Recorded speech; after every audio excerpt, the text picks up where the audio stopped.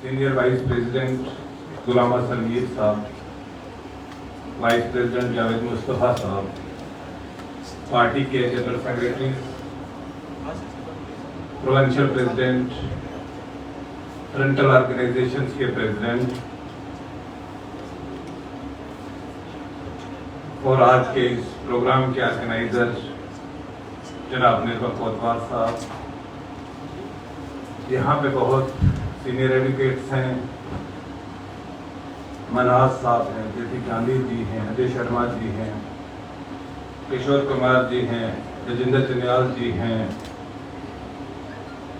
अनूप जी हैं, B L Bhatt ji हैं, बाबूराम जी हैं, मैडम सुरेंद्र कौर जी हैं, दीपिका महाजन जी हैं, एडवोकेट शकील साहब हैं, सुप्रिया चौहान जी हैं, निसार गट्टू साहब हैं, सचिन गुप्ता जी हैं, पवन महंगी जी हैं, मनोहर लाल जी हैं, जुल्करनैन जी हैं और बाकी सभी जितने भी मेंबर्स, ज़्यादा जिन पे नज़र पड़ रही है वो यंग लायंस एसोसिएशन के मेंबर ही लगते हैं YLA के।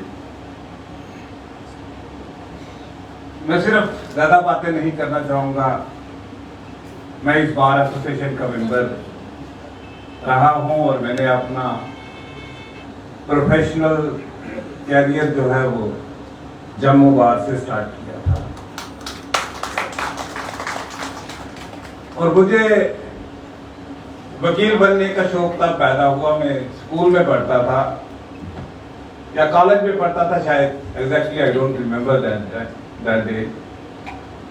एक एजिटेशन हुई थी जम्मू में जो दरबार मूव को लेके थी।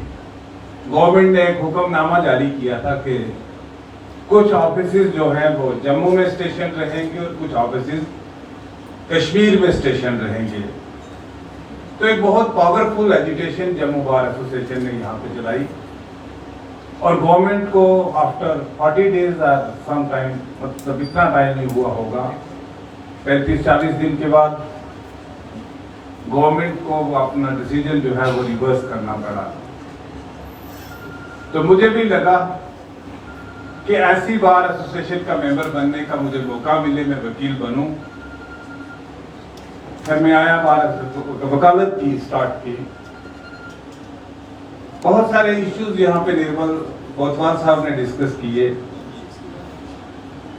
मैं इसी प्रोफेशन से चल के आगे आया हूँ। आज कोई भी पेरेंट जो है वो अपने बच्चों को वकील बनाना प्रेफर नहीं करता है, एक्सेप्ट फॉर दोज जिनका अपना एस्टेब्लिश्ड चैम्बर नहीं है। वही वकील जिनके एस्टेब्लिश्ड चैम्बर हैं वही अपने बच्चों को वकील बनाना चाहते हैं, अदरवाइज कोई अपने बच्चों को वकील बनाने नहीं चाहता। उसका रीजन कि पढ़ने के बाद, वकालत की डिग्री हासिल करने के बाद, लॉ की डिग्री LLB करने के बाद बच्चों को या यंग लाइफ्स को एक मिनिमम इनकम की जरूरत होती है। शकील साहब ने कहा जो अच्छे वकील होते हैं वो उनको किसी को देने की जरूरत नहीं होती। With due regard to the seniors in Jammu, they are not paying anything to the juniors. अब जूनियर की डिपेंडेंसी किस पे है? अब जब तक तो वो लॉ करता है बच्चा, तब तक तो वो अपने पेरेंट्स से पैसे लेता है और जब वो काला कोट पहन के कोर्ट में जाता है फिर वहां से जाके पैसे कैसे मांगेगा या फादर से पैसे कैसे मांगेगा? तो मुझे लगता है कि स्टेट को कल अगर हमें हुकूमत में आने का मौका मिले अल्ताफ साहब की क़यादत में या एज ए पॉलिटिकल पार्टी भी, तो यंग लायंस के लिए कोई स्टाइपेंड होना, जब तक कि वो अपने टांगों पे ना खड़े हो सके, कुछ होना बहुत जरूरी है। यहाँ निर्मल कोतवाल जी ने और बाकी साथियों ने बार काउंसिल की बात की। ये फैक्ट है कि जम्मू कश्मीर में जो बार काउंसिल के पावर्स हैं वो हाई कोर्ट एक्सरसाइज करता है और रेस्ट ऑफ द कंट्री में वकील खुद इंडिपेंडेंट अथॉरिटी है, वो खुद अपने पावर्स एक्सरसाइज करते हैं। उन्हीं की इलेक्टेड बॉडी जो है वो ही सारा सिस्टम चलाती है, और वो जब उनकी जरूरत होती है वकीलों की, वो काम भी आती है। मैंने बहुत वकीलों की हालत खराब भी देखी है। जब तक गाड़ी चलती है, जब तक वो काम करने के लायक हैं, जब तक वो दिन को जाते हैं, मैंने बाद में जब मेरे बड़े बड़े वकीलों की हालत भी देखी है कि जब वो काम करने के किसी, अल्लाह बचाए, किसी बीमारी में मुब्तला हो जाते हैं या किसी कोई हादसा उनके साथ हो जाता है, तो जो उनकी फैमिली की सफरिंग्स होती हैं वो इतनी मिजरेबल होती है कि देखने के लायक नहीं होती। क्योंकि ये डे टू डे अफेयर है। आप दिन को जाते हो, आर्ग्यू करते हो, काम करते हो, जो मिलता है आप उससे सिस्टम चलता है। जम्मू में कोई जुडिशियल का जो वो लीगल एक फ्रेमवर्क सिस्टम होना चाहिए, ऐसा कोई है नहीं है यहाँ सेटअप कि यहाँ पे कोई बड़ी अच्छी लीगल फॉर्म उस तरीके से ग्रो की हो जहाँ बच्चों को 50,000 लाख रुपया महीना का मिलता, या कोई एडवोकेट्स वेलफेयर फंड इतना अच्छा होता। यहाँ पे हमने कोविड के दौरान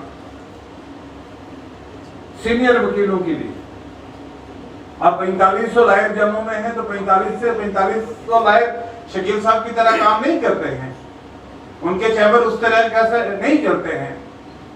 तो उनकी सफरिंग जो है, उनकी आज 4 साल के से स्टेट कमीशन नहीं, ह्यूमन राइट्स कमीशन नहीं, चीफ इंफॉर्मेशन कमीशन नहीं, और मुझे लगता है कि 370 की एब्रोगेशन के सबसे बड़ी अफेक्टेड कम्युनिटी अगर कोई है, या स्टेट के डाउनग्रेड होने के बाद, तो वो वकीलों की कम्युनिटी है। हम नेशनल इंटरेस्ट पे बहुत सारी चीजें अपने दिल पे लेते हैं, बात नहीं करते हैं, लेकिन यूनियन टेरिटरी बनने के बाद सर्विस मैटर आपसे चलेंगे, सर्विस मैटर कैट के पास चलेंगे, और मेन जो सोर्स था काम का हाई कोर्ट में, वो सर्विस रिट पिटीशन हुआ करता था, वो आपसे चला गया। रजिस्ट्रेशन के इख्तियारात जो जुडिशियल ऑफिसर्स के पास थे, वो रेवेन्यू के पास चले गए।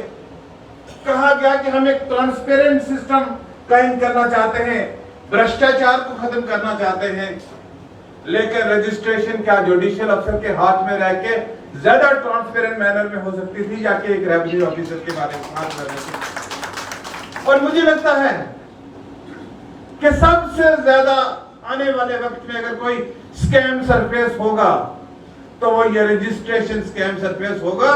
इस बात को याद रखें, क्योंकि जुडिशियल ऑफिसर गलतियां नहीं करते। बहुत सारे इश्यूज हैं वकीलों के, और मैंने एक बात स्टार्ट पे कही थी कि मुझे वकालत ज्वाइन करने का शौक एक पावरफुल बार एसोसिएशन को देख के हुआ, लेकिन और हम एक जुडिशियल एक्टिविज्म देखते थे, जहां judiciary prime minister of India को खींचती थी, जहां गरीब आदमी जो है उसकी अगर लास्ट होप कोई है तो वो जुडिशियल सिस्टम है। और with due regard to the judiciary, आज डिसीजंस जो हैं वो लोगों के शक्ल और नाम देख के आते हैं, लोगों के मेरिट्स पे केस डिसाइड नहीं होते। For judiciary, every litigant is a litigant. Whosoever he is a big or small man. Even if they drag the prime minister in the court, but compared to the system, मुझे शकील साहब की एक बात और कुछ साथियों ने और बात की कि जो कैजुअलिटी है वो इंस्टीट्यूशन है। इंस्टीट्यूशन जिंदा है तो यहां जनाब हर आदमी की अहमियत होगी। ये डेमोक्रेसी जो है, we all are the part of the democracy. अगर डेमोक्रेसी नहीं होती तो शायद मैं यहां नहीं होता। ये डेमोक्रेसी नहीं होती, ऑटोक्रेटिक रूल होता तो सिचुएशन डिफरेंट होती। जहां इंस्टीट्यूशन को जिंदा रखना, इनको सपोर्ट करना, मुझे लगता है कि वक्त है कि हमें इस फ्रेटर्निटी को एक रोल जो है, लीड रोल जो है, वो निभाने की जरूरत है। आज क्या हो गया, जो जम्मू की बार एसोसिएशन 40 दिन में दरबार मूव का ऑर्डर रिवर्स करा पाती थी, आज हमारी एसोसिएशन को क्या हो गया।